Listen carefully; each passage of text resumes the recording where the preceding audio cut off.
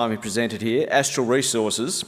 This is a person who's fairly well known to me, and I could probably tell you quite a few embarrassing stories, but I won't, for the pure reason of mutual assured destruction. Still not wearing a tie, I note. Mark Duclair from Astral. Mark joined Astral only a short number of years ago and has taken the resource under the team there from, I think it was 0 to now 784,000 ounces of gold, and they keep drilling, so clearly growing. Mark, I'll hand it over to you.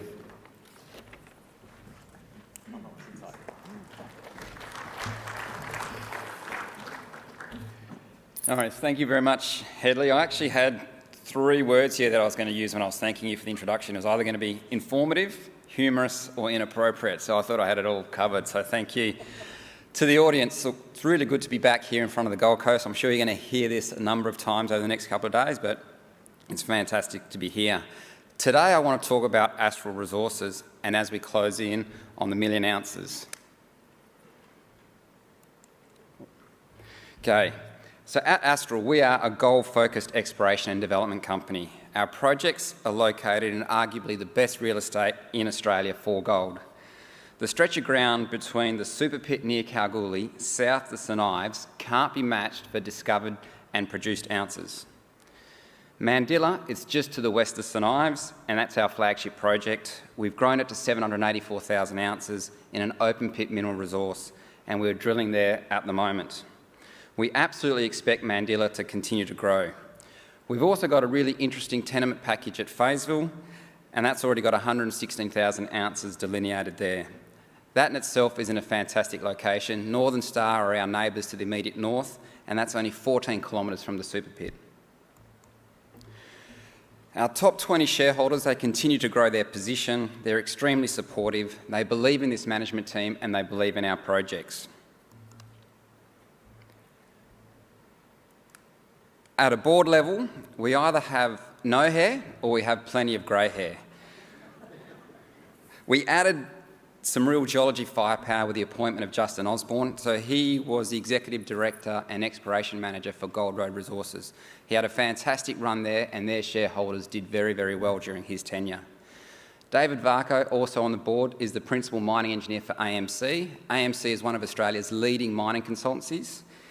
He basically does DFS studies and technical reviews for a living, and he specialises in open pits. We have solid representation now in metallurgy, mining and geology. Now on to the management team. I'm putting this slide up because this management team, we all left Egan Street Resources and we joined Astral in January 2020. I spoke to this room for 3 years in a row when I was wearing my Egan Street Resources hat. During that time, we IPO'd a company. We took it from circa 100,000 ounces to 500,000, or near enough to 500,000 ounces. We published a definitive feasibility study and we were taken out by Silver Lake Resources. Our shareholders made close to 3 times their money. So this management team, the Egan Street Resources management team, we joined Astral. We had a really good look at Mandilla before joining, and we saw the opportunity to deliver similar success there. Now, there are never any guarantees in life, but that's certainly what our aim is. Since joining Astral, we have accelerated the exploration effort at Mandilla. We are not going to stand still. That's not in our DNA. In January this year, we updated the mineral resource, 784,000 ounces at just over a gram. That was the 3rd update that we'd published in an 8-month period. Just zooming in on Mandilla, we're 70 kilometres south of Kalgoorlie. It currently consists of 3 deposits, and they would all be developed as one single mining operation. They're all along strike from each other. To keep things legible, I've only put 5 of our better intersections on the slide there. They're wide and they're high grade. 64 metres at 7 grams per tonne, 25 metres at 11 grams per tonne, 26 at 8, 30 at 5. Visible gold is a real feature here at Mandilla. So this picture, you can see Kat in the middle. She's logging some of the core. You can see a really good looking rooster there who's logging and cutting diamond. We see a lot of visible gold every time we drill a diamond drill hole into Mandilla, and we've now drilled over 15 kilometres worth of diamond. So at Mandilla, we have 3 deposits. The biggest is Thea. It's 658,000 ounces and it's at 1.1 grams per tonne. It's open to the south, and there's some high-grade opportunities to the west that we're following up. RRS is quite a bit smaller, and EOS, which is the third deposit, is brand new, and we have some significant growth expected there. There's plenty of opportunities for us to continue to grow Mandilla across all three deposits. Quickly on the mineral resource, this is constrained within an open pit at $2,500. It's a robust resource, and it will convert to reserve at a very high conversion rate. Now, in this presentation, I talk about high grade quite a lot. High grade intersections excite me. That's why I was smiling in the previous slide. They tend to excite a lot of people as well. And this next image, I got Jules, our geology manager, to export all of the drill traces and highlight any intersection that's plus 10 grams per tonne with a purple disc. We export it into a 3D PDF, and that's what you see spinning around. So it's not fancy, but I'm sure it's just going to give you the message that I really want to get across. There is a tremendous amount of high-grade gold here at Mandilla. So when our consultants go to do the resource, those 10-gram intersections, it gets tightly constrained around the immediate intersection. So if we have a similar intersection, 40 metres to the north or 40 metres to the south, the resource geologist doesn't automatically carry that mineralisation through. And at the moment, that is probably appropriate. We need to spend the time to unlock the structural controls that are influencing this high grade at Mandilla. We know the high grade is there. You can actually see it in this animation. Understanding the controls is the next key step. So I am not a geologist. I'm a metallurgist by background, so I'm only going to show two cross sections. Last month, we announced results from a diamond drill program that we completed late last year. We put 8 additional drill holes into Thea. That was for met testing, geotechnical testing, resource growth, and resource definition. It was a fantastic program. Those 8 holes averaged 114 gram metres. I mean, gram metres is essentially the assayed result times by the sampled interval, and then you sum it over the reported interval. 2 of the results that we got were in the top 10 intersections we've had of all time at Mandilla. Now, I know my eyesight is starting to fail, so I've actually got my notes in really big font, and I've tried to make the next 2 images as big as possible in case any of you people are having failing eyesight as well. So this first section that's on screen, 25 metres at 11 grams per tonne. So for one reason from our perspective, that is an exceptional intersection. It's in the top intersections of all time for us, top 5. But the other reason is when you look at this on section, you can see that 25 metres at 11, it's actually sitting inside the conceptual pit design, but in an area where the mineral resource wasn't showing any mineralisation at all. So it's a great place to be finding additional gold. The next section, now we've moved 200 metres further north. Late last year, we actually drilled a hole 50 metres further north of this again, and we got 65 metres at 3.5 grams per tonne. We were targeting the same high-grade structure, and we end up hitting that with 32 metres at 5.4 grams per tonne. Again, when you look on section here, you can see that there is clearly more mineralisation than what is currently modelled, and it's another opportunity for us to grow the resource at Thea. Late last year, we spoke to the market and said we were doing some additional met testing. The gravity and leach results only arrived last week, and because I'm a metallurgist, I'd like talking about metallurgy. It's the thing I'm most comfortable with. There's 2 reasons I want to talk about this. The first is these results are truly outstanding. I mean, the phase 2 data, which is bottom of screen, continues to show really low cyanide consumption. Gold recovery is amazing. The recovery is really fast, so we're recovering the gold within 24 hours.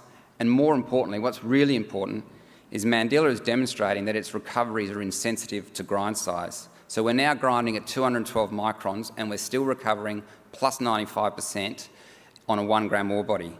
That's going to give us a real competitive advantage. It means the capital costs will be cheaper and the operating costs will be significantly cheaper. The second reason for putting this data up is it just reinforces that Astral is doing the technical work that is necessary to be able to develop this project. We know we need to grow the ounces, but all that fundamental work is happening in the background.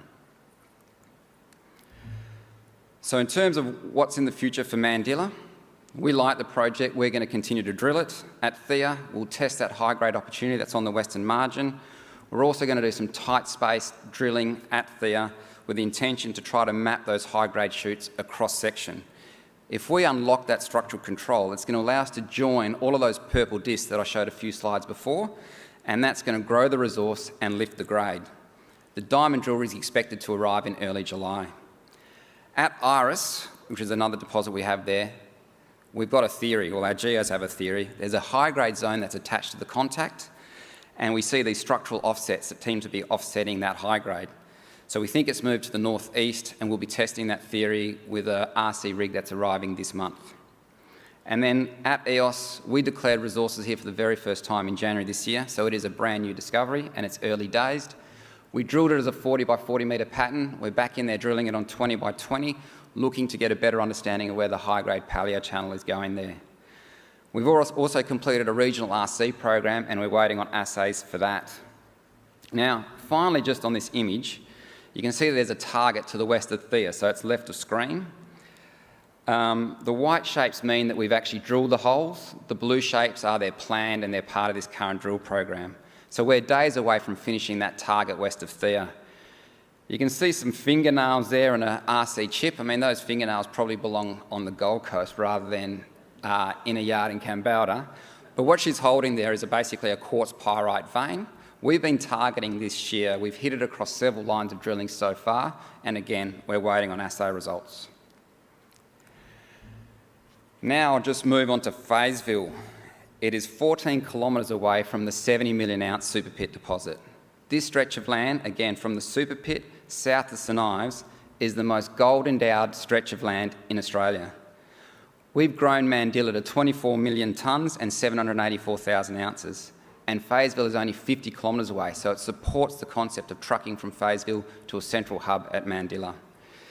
We know to demonstrate a long-term successful gold mine, we need to continue to grow because we've got to pay for that. We've got to pay for those assays. At Fayetteville,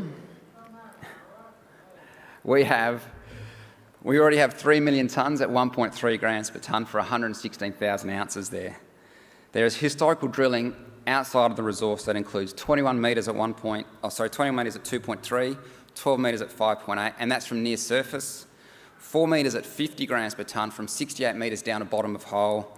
Then there's 10 metres at 9, 6 at 10, another 6 at 9. We recently compiled all of that data into one database, overlaid it with magnetic and gravity surveys, and you can see that image to the left of screen.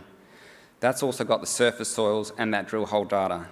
Fayetteville is already demonstrating that it is richly mineralised. We're in the middle of a systematic review there now, and early indications are a lot of those significant drill intersections haven't been properly assessed or followed up. So following the review of the geophysics, our consultants came up with 19 targets. They're all sitting there on that image now.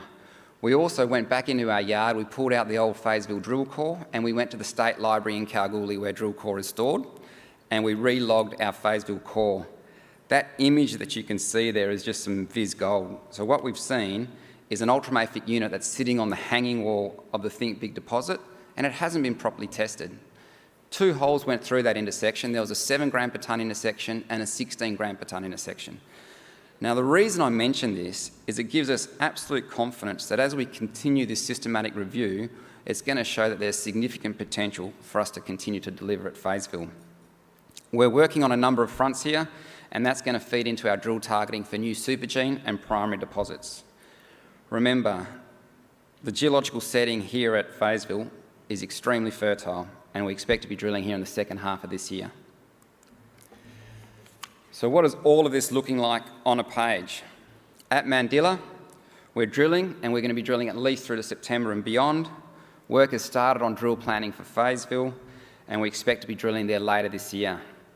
We'll be doing mineral resource upgrades to both Fayetteville and Mandilla during the year, and we will continue to advance our technical studies. And because we're committed to building the necessary scale of ounces in this project, we'll also have a look to see if there are any regional or strategic opportunities, and we'll evaluate them on their merits. So once again, thank you very much for being patient listeners. To wrap this up, Astral, we have 2 fantastic projects. We've demonstrated rapid resource growth, and we are closing in on the 1 million ounces. Mandilla's gold recoveries are best in class. The team, we've been successful, and we plan on being successful again. The board is technically strong. All of the 3 key mining disciplines are covered, and we are exploring in one of the best postcodes in Australia. So if you've got any follow-up questions, please come and see myself, and Jules will be in the booth for the next 2 days. Thank you very much.